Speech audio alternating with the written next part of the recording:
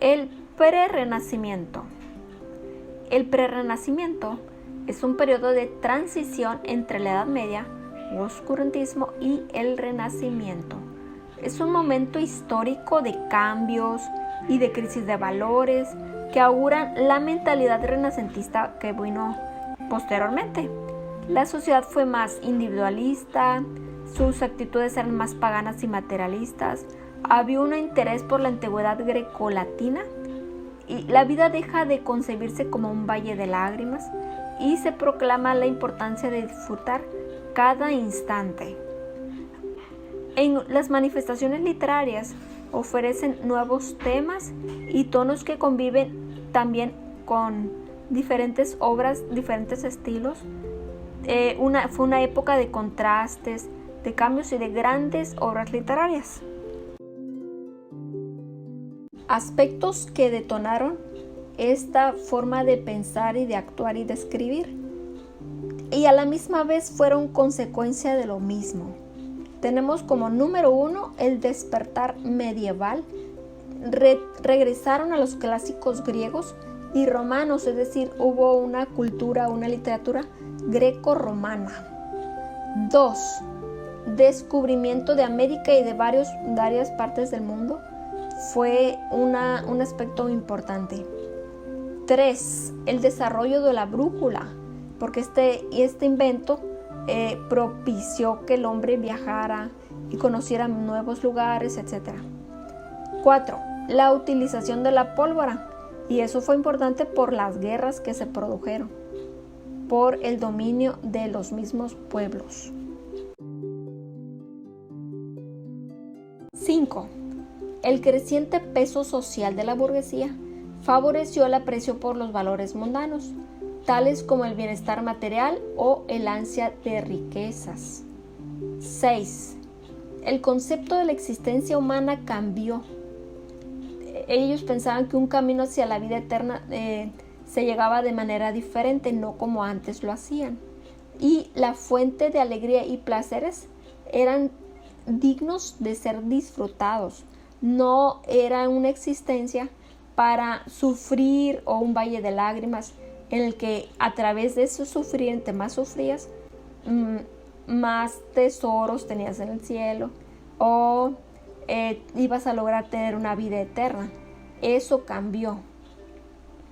7. La religión se vuelve más espiritual, y aquí es cuando surge los indicios o las ideas cambiantes que dieron origen al protestantismo, porque criticaban los aspectos externos de la religión y el poder material de la iglesia.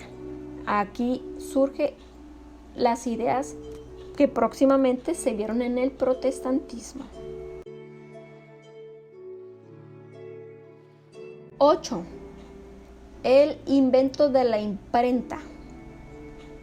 Este invento fue detonante de mucho avance en la sociedad, tanto cultural, social, política y en todos los aspectos. El invento de la imprenta surgió en más o menos 1440 con John Gutenberg y fue un impacto en la invención de la imprenta. Esta invención fue tremendo. La producción de libros durante los primeros 50 años después de Gutenberg fue mayor que en los 1000 años anteriores, porque recordemos que antes de la imprenta pues todo era a mano. Y la imprenta provocó una verdadera revolución en la cultura.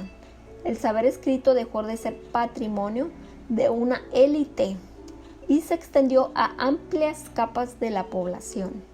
Entonces ya el saber se volvió más accesible.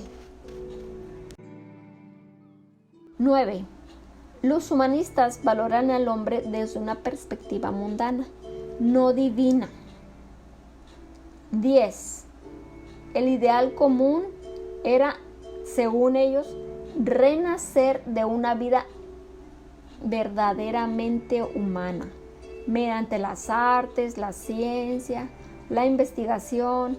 Recordemos que estaba antes el oscurantismo, donde ahí no florecía nada, todo lo opacaban, todo lo socavaban, todo lo detenían, no permitían que las personas investigaran, pensaran, crearan cosas. Y entonces viene esta nueva forma de pensar que es el Renacimiento, y es cuando el ideal común de toda la sociedad era explorar sus capacidades, disfrutar de la vida, descubrir nuevas cosas. Entonces todo cambió. 11. Por último, el hombre es libre de decidir su conducta, de elegir su destino, lo que supone exaltación de la libertad individual, tanto en el orden teológico como en el orden cultural y social. Pero entonces, ¿cómo concebimos la literatura prerrenacentista? ¿Qué características posee? Y este tipo de literatura se hizo eco de los cambios sociales e ideológicos que se produjeron en esta época, convirtiéndose así en el reflejo de este mundo de transición entre la Edad Media y el Renacimiento, y la aparición de la nobleza cortesana que participaba en las cuestiones políticas y dedicaba su ocio a las artes y a las letras, y esto originó un tipo de escritor de extracción noble. El creciente individualismo trajo consigo la desaparición de héroes colectivos, que fue sustituido por la figura del caballero cortesano. Y en la propia creación de la literatura se produjeron también cambios importantes. Por un lado, el autor se hizo consciente de su capacidad creadora y se mostró orgulloso de su literatura, de sus obras. El autor prerrenacentista no solo firmaba su autoría, sino que además cuidaba sus obras y se preocupaba por su correcta transmisión. Por otro lado, se produjo un cambio en las intenciones literarias. La finalidad didáctica medieval dejó paso a una literatura concebida como juego intrascendente, que desarrollaron sobre todo los escritores nobles que vivían en la corte. O sea, la literatura no solamente, cambió, y esta literatura era también para los cortesanos, para los nobles, para los reyes, los príncipes, y fue una diferente forma de escritura, porque recordemos que antes no se escribía tanto, con tanta producción. Y veamos aquí un ejemplo.